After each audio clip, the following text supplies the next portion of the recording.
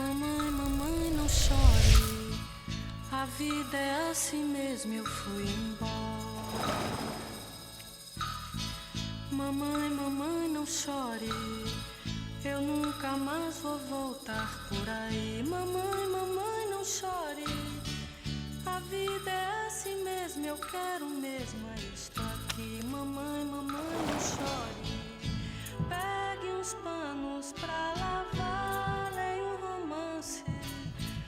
Veja as contas do mercado, pague as prestações.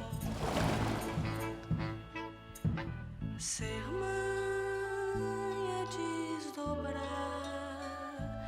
fibra por fibra, os corações dos filhos. Seja feliz, seja feliz. Mamãe, mamãe, não chore. Eu quero, eu posso, eu quis, eu fiz. Mamãe, seja feliz. Mamãe, mamãe, não chore. Não chore nunca mais, não adianta. Nós vivíamos ali, no calor dos acontecimentos. A perda fatal de um companheiro era algo doloroso e nos obrigava a manter a luta, o moral alto, num sentimento paradoxal de incerteza, esperança, raiva, medo e coragem. Pegue uns panos pra lavar, leia um romance.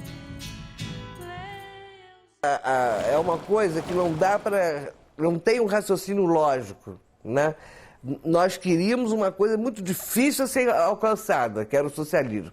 Então, todas as dificuldades teriam que ser superadas. O medo, a falta de arma, o inimigo. Não nos dávamos conta do isolamento político que nós estávamos. Tanto é que a gente faz o sequestro do embaixador americano, que é a coisa mais audaciosa do que essa. Qual foi a guerrilha que fez isso? O processo revolucionário nas guerrilhas urbanas e no campesinato era árduo, repleto de tormentos e sacrifícios. As mulheres que faziam parte das organizações de esquerda eram comumente chamadas de macho por seus companheiros como uma forma de exaltação. Nos porões da ditadura, os torturadores, que se impressionavam com a resiliência das mulheres nas longas horas de tortura, também chamavam-nas de machos, surpresos pela coragem que apresentavam.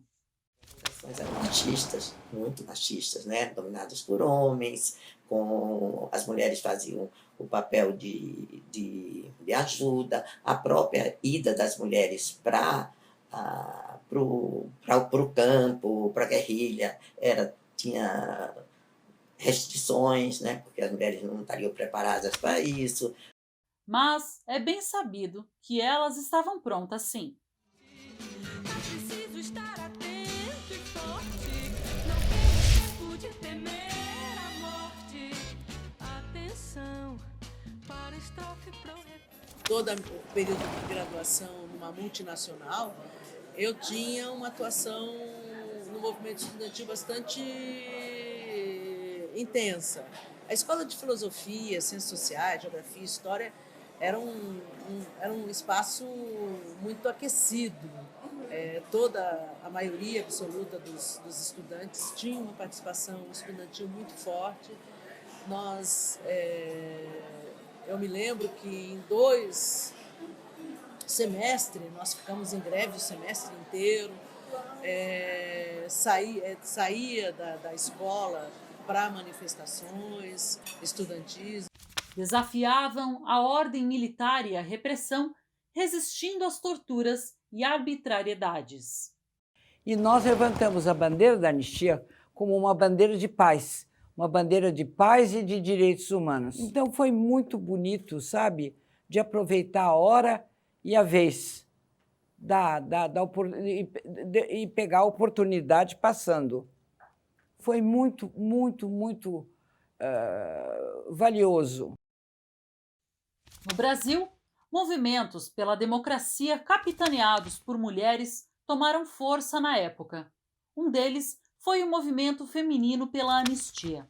Por meio de discursos repletos de afetos, este e outros grupos se encontravam, sobretudo, na luta por justiça às desaparecidas políticas, pessoas torturadas e assassinadas pelo aparato militar.